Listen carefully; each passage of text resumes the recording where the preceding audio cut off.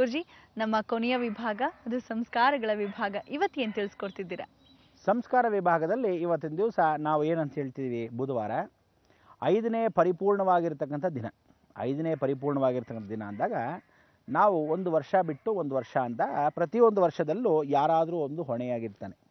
ಒಬ್ಬ ಮನುಷ್ಯ ಒಬ್ಬನಿಗೆ ಕಾರಣನಾಗಿರ್ತಾನೆ, ಒಂದು ಕೆಲಸ ಕೊಡೋಕ್ಕೆ ಒಬ್ಬನ ಕಾರಣ ಆಗಿರ್ತಾನೆ, ದುಡ್ಡು ಕಾಸು ಸಹಾಯಗಳ ಮಾಡೋಕ್ಕೆ ಒಂದು ಕಾರಣ ಆಗಿರ್ತಾನೆ, ಸಾಲ ಸೋಲ ಮಾಡೋಕ್ಕೆ ಬ್ಯಾಂಕ್ ಇದ್ದ ಹಾಗೆ ಒಂದು ಕಾರಣಕರ್ತನಾಗಿರ್ತಕ್ಕಂಥ ಒಂದು ಮ್ಯಾನೇಜರ್ ಇರ್ತಾನೆ. ಜೀವನದಲ್ಲಿ ಎಲ್ಲರಿಗೂ ಒಂದು ಕಾರಣ ಅಂತ ಇರುತ್ತೆ. ಆ ಕಾರಣವನ್ನು ಹುಡ್ಕೊಂಡು ಹೋಗ್ತಾ ಇರ್ತಕ್ಕಂಥ ಸಮಯದಲ್ಲಿ ಯಾರಾದರೂ ನಮಗೆ ಸಹಾಯ ಮಾಡ್ತಾರಾ? ಆ ಸಹಾಯಕ್ಕೆ ಕಾರಣಾರ್ಥ. ಈ ಕಾರಣಾರ್ಥವನ್ನು ಕೊಡ್ತಕ್ಕಂಥವ್ನು ಯಾರು? ಜೀವನದಲ್ಲಿ ವಿಮುಕ್ತಿಯನ್ನು ಕೊಡ್ತಕ್ಕಂಥವನು ಕುಜ. ಕುಜನ ಸಂಬಂಧವಾಗಿ ಇರ್ತಕ್ಕಂಥವನು ಅಂಗಾರಕ. ಅಂಗಾರಕ ಅಂತ ಏನು ಹೇಳ್ತೀವಿ, ಮಂಗಳ ಗ್ರಹ ಅಂತ ಏನು ಹೇಳ್ತೀವಿ, ಎಲ್ಲವೂ ಅವನೇ. ಅದಕ್ಕೆ ಕಾರಣಕರ್ತನಾಗಿರ್ತಕ್ಕಂಥ ಇವನ್ನು ಸ್ಮರಣೆ ಮಾಡ್ಕೊಳ್ಳೋಕ್ಕೆ ನೀವುಗಳು ಮಾಡಬೇಕಾದಿಷ್ಟೇ. ಅಂಗಾರಕ ಪೂಜೆಯನ್ನು ಪ್ರತಿ ಮಂಗಳವಾರದ ದಿವಸ 3 ಹೊತ್ತು ಮಾಡ್ಕೋಬೇಕು. 3 ಹೊತ್ತು ಹೇಗೆ ಮಾಡ್ತೀರಾ? ಬೆಳಗ್ಗೆ ಮಾಡಿದಾಗ ಸುಬ್ರಹ್ಮಣ್ಯ ದರ್ಶನ, ಮಧ್ಯಾಹ್ನ ಅಂದರೆ ಸುಬ್ರಹ್ಮಣ್ಯ ನಂತರವೇ ತಕ್ಷಣವೇ ಮಧ್ಯಾಹ್ನದಲ್ಲಿ ದರ್ಶನ ಮಾಡ್ಬೋದು, ಇಲ್ಲ ತಕ್ಷಣವೇ ದರ್ಶನವನ್ನು ಮಾಡ್ಬೋದು. ಅಮ್ಮನವರ ದರ್ಶನ ಅಂದರೆ ಗ್ರಾಮ ದೇವತೆ ಆಗಿರ್ತಕ್ಕಂಥ ಚೌಡೇಶ್ವರಿ ದರ್ಶನ. ತದನಂತರ ಕೊನೆಯದಾಗಿ ಸಂಧ್ಯಾಕಾಲದಲ್ಲಿ ಇನ್ನೇನು ಸೂರ್ಯ ಅಸ್ತವಾಗೋ ಸಮಯದಲ್ಲಿ, ಸೂರ್ಯ ಅಸ್ತವಾದ ನಂತರ ಆ ಪರಿಪೂರ್ಣವಾಗಿರ್ತಕ್ಕಂಥ ಲಕ್ಷ್ಮೀ ನಾರಸಿಂಹನ ದರ್ಶನ.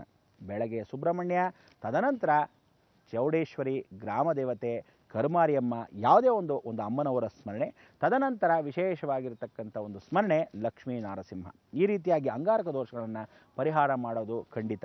ಈ ಸಂಸ್ಕಾರದಲ್ಲಿ ನಿಮಗೆ ಹೇಳೋದೇನು ಅಂದರೆ, ಪ್ರತಿಯೊಬ್ಬರಿಗೂ ಮಾಂಗಲ್ಯ ದೋಷ ಇದ್ದರೆ, ಹೆಣ್ಣು ಮಕ್ಕಳಿಗೆ ಬೇಗ ಮದುವೆ ಆಗದೇ ಇರತಕ್ಕಂಥ ವಿದ್ಯಾನ ಇದ್ದರೆ, ಯಾವ ಕಾಲಕ್ಕೂ ಗಂಡು ಮಕ್ಕಳಿಗೆ ಕೆಲಸ ಸಿಗ್ತಾ ಇಲ್ಲ ಅಂದರೆ, ಎಷ್ಟೇ ಕೆಲಸ ಇದ್ದರೂ ದುಡ್ಡು ಸಾಲ್ತಾ ಇಲ್ಲ, ಸಾಲದಲ್ಲೇ ಮುಳುಗಿದ್ದೀವಿ ಅಂದರೆ, ಎಷ್ಟೋ ಜನಕ್ಕೆ ಕುಡಿಯೋ ಅಭ್ಯಾಸ ಇದೆ, ಯಾವ ಕಾಲಕ್ಕೂ ಎಷ್ಟು ಚೆನ್ನಾಗಿ ಕುಡಿತಾ ಇದ್ದೀರಾ ಅಂದರೆ ಜೀವನದಲ್ಲಿ ಬರೋ ದುಡ್ಡೆಲ್ಲ ಬರೀ ಕುಡಿಯೋಕ್ಕೆ ಹಾಕ್ತಾ ಇದ್ದೀರಾ ಅಂಥವರು ಇದ್ದರೆ, ಜೀವನ ಪರ್ಯಂಪ್ರತಿ ಅಂದರೆ ಯಾವ ಕಾಲಕ್ಕೂ ಇವರಿಗೆ ಕುಜದೋಷ ಅಂದರೆ ತಲೆ ಭಾಗದಿಂದ ಕಾಲು ಭಾಗದವರೆಗೂ ಎಲ್ಲ ನರ ದೌರ್ಬಲ್ಯ ಅಂದರೆ ವೀಕ್ನೆಸ್, ನರ್ವಸ್ ವೀಕ್ನೆಸ್ ಇದ್ದರೆ, ಕೈ ಶಿವರಿಂಗ್ ಬರುತ್ತೆ ಅಥವಾ ಶೆಕೆ ಹೆಚ್ಚಾಗುತ್ತೆ, ಇಂಥವ್ರಿಗೆಲ್ಲ ಕುಜನ ಸಂಬಂಧ.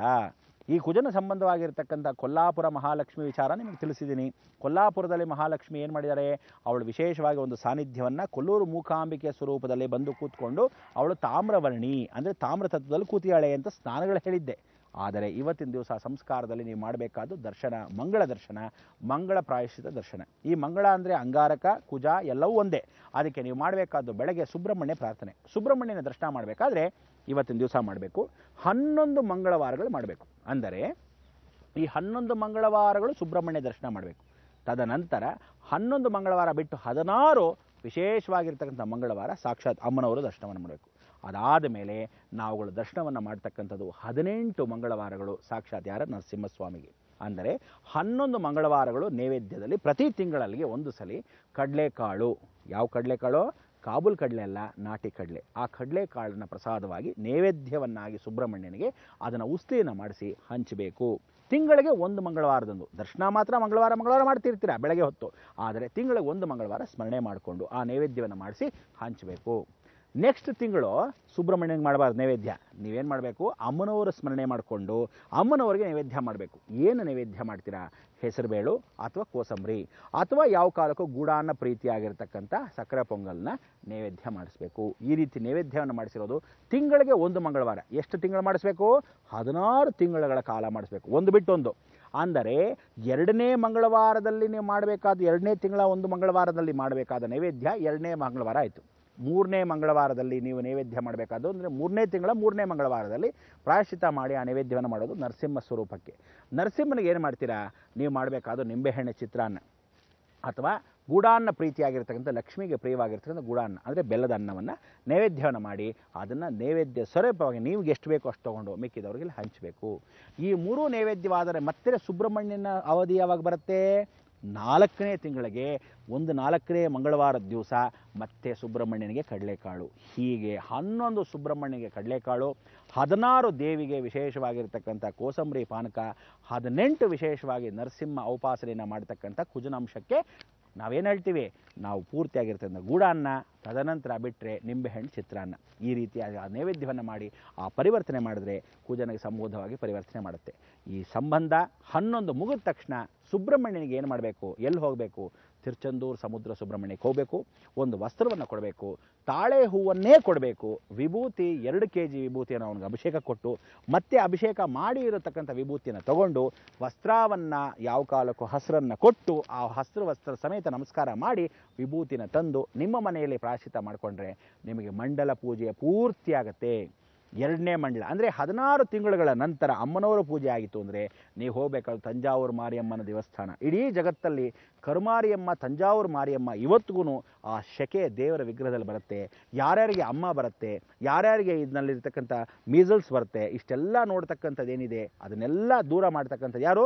ಸಾಕ್ಷಾತ್ ಜಗದಾಂಬಿಕ. ಅವಳೇ ಸ್ವತಃ ಇವತ್ತಿಗೂ ನಾವು ಮುಖವನ್ನು ಹೇಗೆ ಒರೆಸ್ತೀವಿ, ಆ ಒರೆಸಿದಾಕ್ಷಣಕ್ಕೆ ಆ ದೋಷಗಳ ಪರಿಹಾರ ಸಿಗೋದು ಇದೇ ಮಹಾಕ್ಷೇತ್ರದಲ್ಲಿ. ಆ ಮಹಾಕ್ಷೇತ್ರ ಯಾವುದು?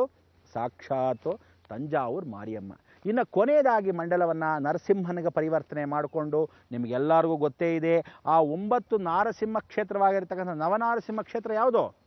ಜ್ವಾಲ, ಅಹೋಬಿಲ, ಮಾಯೋಲ, ಕ್ರೋಡ, ಕಾರಂಜ, ಭಾರ್ಗವ, ಯೋಗಾನಂದ, ಛತ್ರವಟ, ಪಾವನ, ನವಮೂರ್ತಯೇ, ಅಹೋಬಿಲ.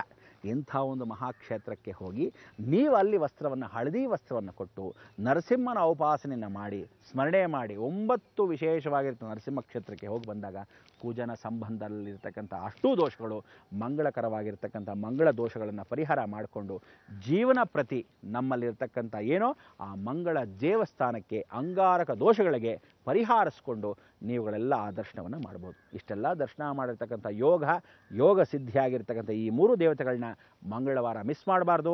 ಸಾಯಂಕಾಲ ಮಾತ್ರ ಗಂಡ ಹೆಂಡತಿ ಮಕ್ಕಳು ಸಮೇತರಾಗೇ ಹೋಗಬೇಕು ನರಸಿಂಹನಿಗೆ.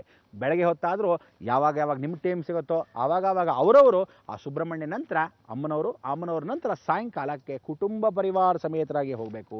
ಈ ಜೀವನವನ್ನು ಮಾಡಿದಾಗ ಮಂಗಳಕರವಾಗಿರುತ್ತೆ ನಿಮ್ಮ ಶುಭ ದಿನ. ಅದಕ್ಕೆ ಇಂಥ ಒಂದು ದಿನದಲ್ಲಿ ಎಲ್ಲರಿಗೂ ಒಳ್ಳೆಯದಾಗಲಿ ಅಂತ ಹೇಳ್ತಾ ನಾವು ಮಂಗಳವನ್ನು ಹಾಡೋ ಸಮಯ ಬಂದ್ಬಿಡ್ತು. ಅದಕ್ಕೆ ನಾವು ಏನು ಹೇಳಬೇಕು? ಲೋಕ ಸಮಸ್ತ ಸುಖಿನೋ ಭವಂತು, ಸನ್ಮಂಗಳಾನಿ ಭವಂತು.